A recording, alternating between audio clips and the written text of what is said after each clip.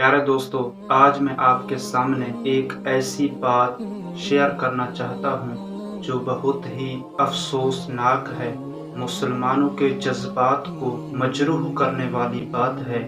وہ یہ ہے جو گزشتہ دنوں سویڈن میں قرآن مجید کی گستاخی کی گئی ہے، قرآن مجید کی بے حرمتی کی گئی ہے۔ یہ قرآن مجید کی بے حرمتی، قرآن مجید کی گستاخی تمام مسلمانوں کے جذبات کو مجروح کرنے والی ہے، کیونکہ قرآن مجید اللہ رب العزت کا کلام ہے، لا ریب کتاب ہے۔ پیارے دوستو، یہ سب گستاخیاں کیوں ہوتی ہیں؟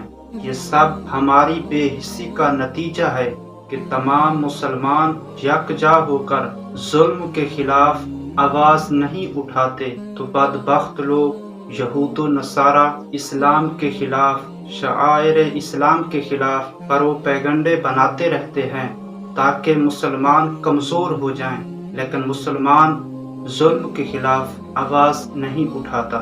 ہر آئے دن کوئی نہ کوئی گستاخی ہو رہی ہے۔ یہ سب ہماری بے حسی کا نتیجہ ہے۔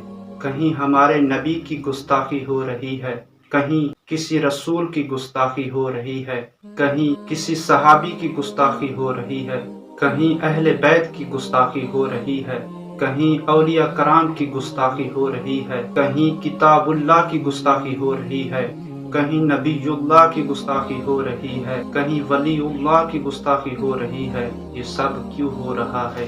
یہ سب ہماری بے حسی کا نتیجہ ہے۔ قرآن مجید کی جو گستاخی ہوئی ہے، میں اس کی شدید الفاظ کے ساتھ پرزور مذمت کرتا ہوں، اور میں یہ بھی مطالبہ کرتا ہوں کہ تمام اسلامی ممالک کے تمام حکام اس بدبخت کے خلاف، سویڈن ملک کے خلاف آواز اٹھائیں اور اس بدبخت کو نشان عبرت تک پہنچائیں، کیونکہ قرآن مجید کی یہ گستاخی حکومتی سطح پر کی گئی ہے، تو تمام اسلامی ممالک اس ملک کے خلاف، سویڈن کے خلاف آواز اٹھائیں اور اس ملک کے ساتھ جو معاملات ہیں وہ بھی منقطع کریں، تاکہ انہیں پتہ چل جائے کہ مسلمانوں کا جذبہ آج بھی زندہ ہے۔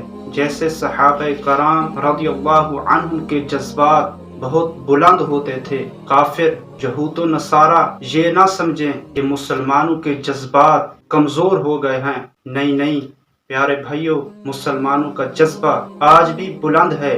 اگر مسلمان غفلت کی نیند نہ سوئیں، ظلم کے خلاف آواز اٹھائیں، تو بہت کچھ ہو سکتا ہے۔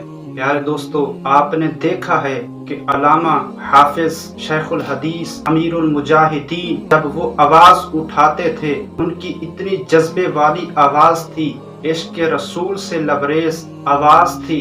جب وہ پاکستان میں ظلم کے خلاف آواز اٹھاتے تھے تو امریکہ بھی کانپ جاتا تھا، دشمن ممالک کانپ جاتے تھے، یہود و نصارہ کی چیخیں نکل جاتی تھیں۔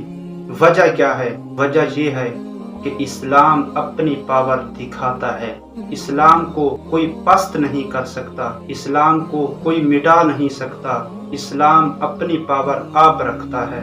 پیارے دوستو، میں پھر بھی مطالبہ کرتا ہوں کہ تمام مسلمان جاگ جائیں، ظلم کے خلاف آواز اٹھائیں، تو بہت کچھ ہو سکتا ہے۔